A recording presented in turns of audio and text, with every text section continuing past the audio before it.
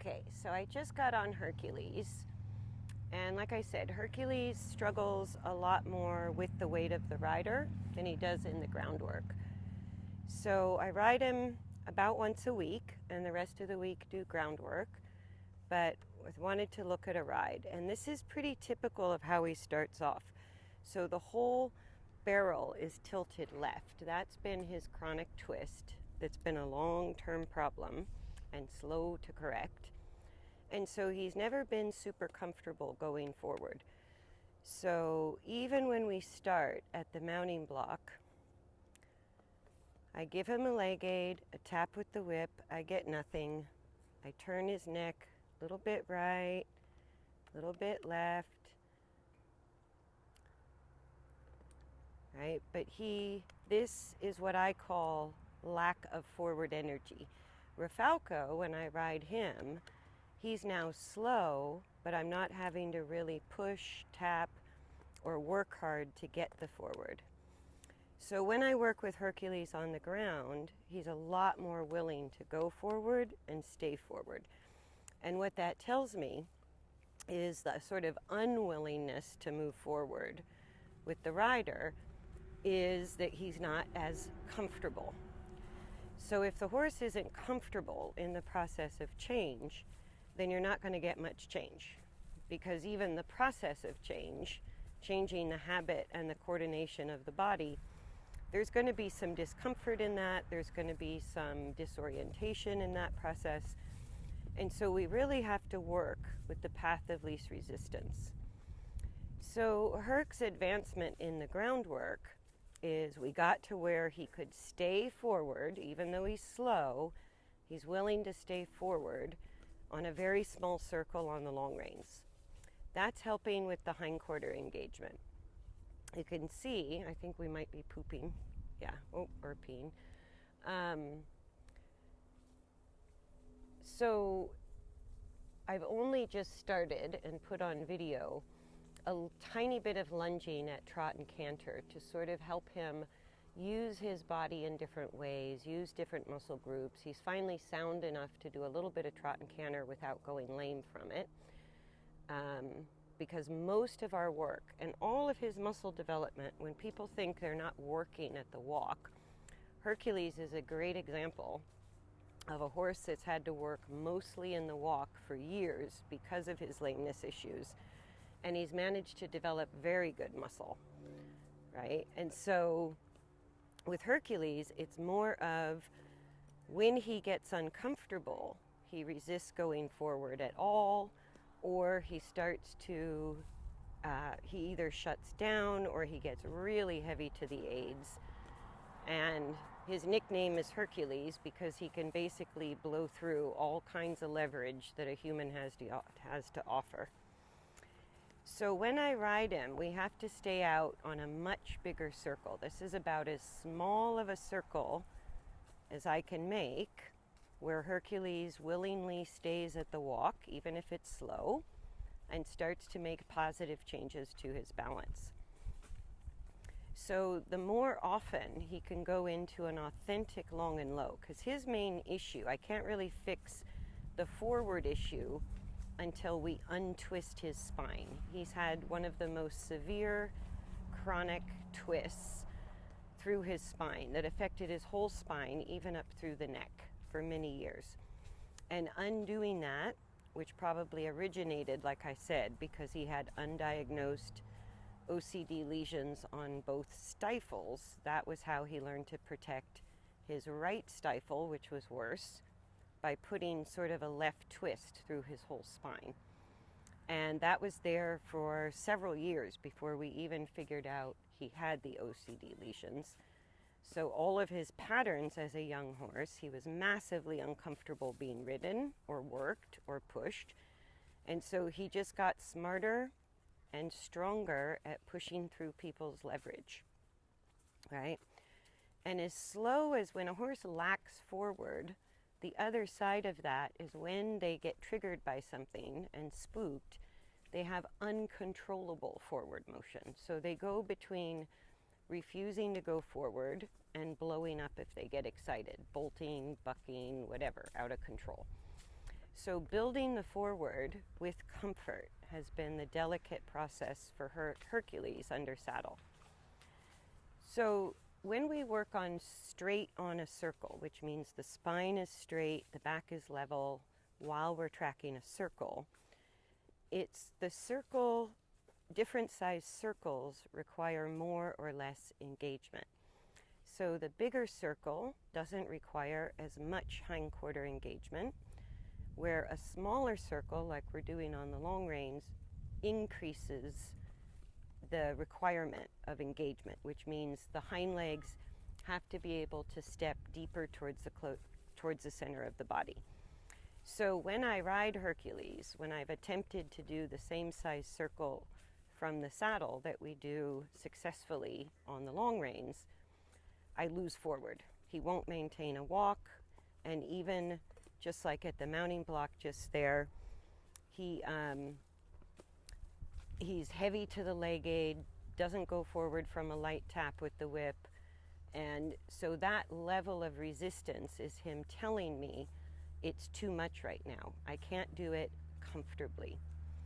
And so it's not a matter of forcing, because this horse was put on the planet to show humans that no amount of leverage and force is going to work or make me any better, right? So he's a horse that the only path forward is to work with what he can offer and build on it, right? So we're just going to do another few minutes to the right, and you can see even on a much bigger circle, he goes in and out of extension. He still is pretty darn slow, and he even stops frequently, right? So this is sort of if I'm not pushing constantly, this is the forward he gives me on a straighter path of travel, right? If I try to make the circle any smaller, I get no forward without a lot of pushing, heavy leg aids, harsh tap with the whip. But what he's really telling me is it's not comfortable for him to do that yet. That's why he's resisting. And these horses get labeled as lazy, stubborn, obstinate, all kinds of personality defects. And when a horse resists going forward, we can create fear when we use more leverage and harsher tactics, because they're telling us forward is not easy or comfortable for me. Right? So this horse shifting into second gear, where Refalco had to slow down because he didn't have the capacity to stabilize his movement. So he went faster and faster. He's the other chestnut with the white socks. Hercules never wanted to go forward. And I even went through a phase with him in his training where I really pushed him on the lunge line, tried to have a breakthrough. And the same thing, as soon as you release the pressure, there's no self-propelled forward. So where Refalco lacked self-control, Hercules lacks self-propelled. And both have to be equalized in order to have balance and lift the back. So with Hercules, this is about 10 minutes. I'm just showing the warm-up like I did with Refalco. And the warm-up, to me, it's where I always feel how strong is the old habit of movement. Where is he tight? Where is he struggling? He's going to give me his worst movement the first 10 to 20 minutes that I'm on. That's why we call it a warm-up phase, right? Then the longer I ride him, even if I don't change the exercise, so even here as I try to make a turn, cut across my circle to go the other way, I have to give him a little bit of leg, a few taps with the whip, because even that tight of a turn, he started to resist going forward. Then he figures out what we're doing. We're just doing a little earlier on the video than we normally would.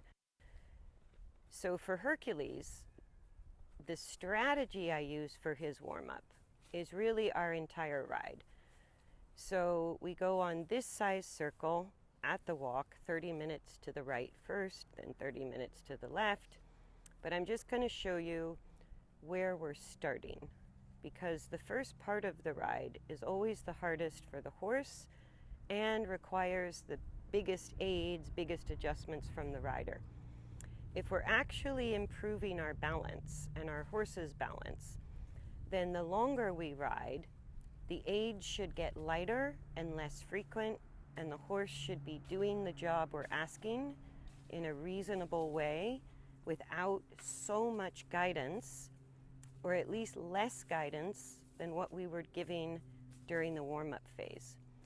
So this is where I'm going to be busiest with the reins, help him keep his neck straight, where he might halt most often, right? But it's pretty reasonable. I got 2 halts the other way. I haven't gotten a halt yet this way, and one of them was a P, so we'll cut him some slack, right? I like that on this size circle, I'm not having to push him just to maintain a forward walk. He's self-propelled as long as I'm not being picky about the speed.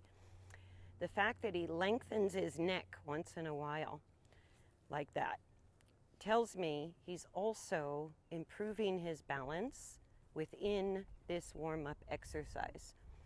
So because you can see he's still not consistently lengthening the neck. He starts off with his back dropped, still some like a mild to moderate version of his left twist through the spine. And in the warm-up, if I can start to see him authentically shifting postures from extension to a long and low, then he's correcting the twist and he's starting to release all that muscle tightness through his neck, spine, back, and hindquarters. And he has enough engagement that he can lengthen the neck without halting, without rushing. He can kind of keep his steady walk as he lets go of the neck. So all of those responses from Hercules are indicating that I'm on an appropriate level of work for where he is right now, right? If he started halting a lot or resisting more or couldn't even attempt to come out of extension when I rode, then I might switch up my strategy. I might go from a circle to straight lines, or make it a square instead of a circle, or maybe even be a passenger, like maybe just let him choose where he wants to go at whatever speed he wants to go while I focus internally. All of those would make the job easier for him. But if he's maintaining forward, even if it's slow, without a lot of leg or driving seat or whip or spurs, then he's comfortable enough on the size circle I'm on.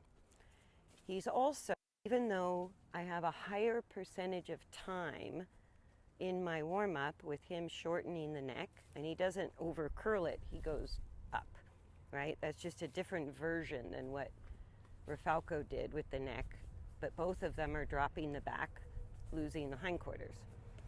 So there, if Hercules lengthens his neck or even attempts, say for a couple of strides on this size circle, then I can continue with this particular strategy for this particular horse because it's working, right? I don't know how fast it's going to work because Hercules is the one who actually has to change his coordination in order to find comfort.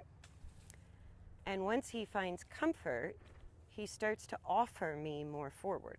That's sort of how I know that he's not only made the change in coordination, but he's made the right change in coordination towards optimal use of his body, so that he's finally more comfortable going forward, which gives him more desire to go forward. So it's never a matter of forcing a horse. It's when our horse gets called lazy, stubborn, resistant, lethargic, whatever, I can play with it a little differently on the lunge line because there's not weight on his back.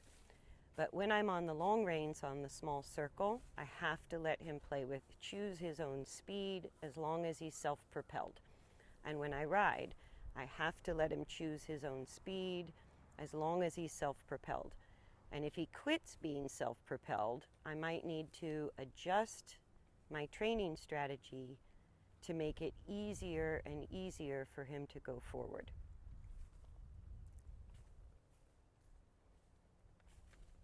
I forget, I think that's maybe about 10 minutes. No, that's 5 minutes this way. I know I look at my watch, but it doesn't always register when I start the new direction. Okay, so I'll give him another 5 minutes this way. And like I said, I wanted to sort of show the warm-up phase of training, because this is where people get impatient and they think the horse isn't cooperating or the horse is just working against the rider. And sometimes that can be true with a horse that's defensive. Hercules isn't defensive. He's uncomfortable. It's a physical issue. So what can sometimes look like something we would label as bad behavior always has a tie to something physical, right? So horses they don't work against us or try not to cooperate with us, because usually they suffer for that choice, right? And Hercules has suffered for that choice. And so they cooperate with us because it's really the easiest, most comfortable thing to do. And so when a horse is resisting a lot, that to me immediately translates into the horse telling me if they could, they would. So they can't, so they resist. And it's not that maybe they physically couldn't do it at all, but the way they're doing it is so uncomfortable that they can't wait to quit. They can't wait to stop. They can't wait to get back to the barn. Right? And we sort of take it as a lack of cooperation or a lack of obedience, but it's really just a sign, right? And with all of Hercules's complicated physical issues that we've had to work through over years, he's finally to a point where even this much forward on a big circle, without getting distracted, without blowing up, without stopping, without fighting me the whole time, all of that is him letting me know that even if the progress is mind-numbingly slow, we are getting somewhere, right? And this is, even though we're walking, the changes in coordination that ultimately will bring relief and encourage him to go forward, offer more forward. You have to go through a little bit of discomfort to make the change, which is kind of a double whammy with a horse that's already uncomfortable just moving, because we need the movement to change the coordination, and the horse won't get comfortable in the movement until after the change of coordination has taken hold a little bit, right? So it's already uncomfortable going forward, and when I give aids, I'm giving resistance that creates a little bit more discomfort when he uses himself dysfunctionally, and he has to kind of discover, how do I change this, how do I change that in order to feel comfortable, right? And if he feels unsafe during the process, if something in the environment makes him feel unsafe, or if I'm pushing and using leverage and whipping him, then I'm making him feel unsafe on top of uncomfortable, and that's not going to get us anywhere. And it's pretty unsafe for me too. If I work with what he can give me, we keep moving the right direction. His body keeps changing, right? With a minimal amount of discomfort that's inherent in the process, but always leading him to more and more and more comfort. And I can sort of tell in this ride today that he hasn't, in the 20 minutes we've been doing a warm-up, he really has not offered to shift into second gear, and he's having a hard time keeping length through his neck and back. So that already tells me, don't ask for more. Just don't get greedy, be happy with what he's giving you. And so this is basically now going to be the rest of our ride, and I'll probably do 20 minutes each way and change direction like in between, because the longer he goes on one direction, the easier and easier it becomes for him to make changes. When we change direction, it sort of challenges the balance and they have to start over on a new direction. So I'm going to go back to the right, but that's Hercules' riding warm-up. And I hope if you guys, and there's my halt, if you guys have a horse that's been really labeled as lazy or stubborn or resistant or randomly blows up, but most of the time barely goes forward, really take a harder look at the mechanics and what you're asking the horse to do, how much leverage you're using, and take a little grain that says, maybe my horse is uncomfortable. Why is my horse uncomfortable? We've got saddle fit, we've got shoeing, we've got how the rider balances, we've got the work we're asking the horse to do. All factor in to the horse becoming more comfortable or less comfortable. And when I resolve the comfort issue, which with this horse is about as complicated as it can possibly get, when we resolve this comfort issue, the forwardness starts to be offered.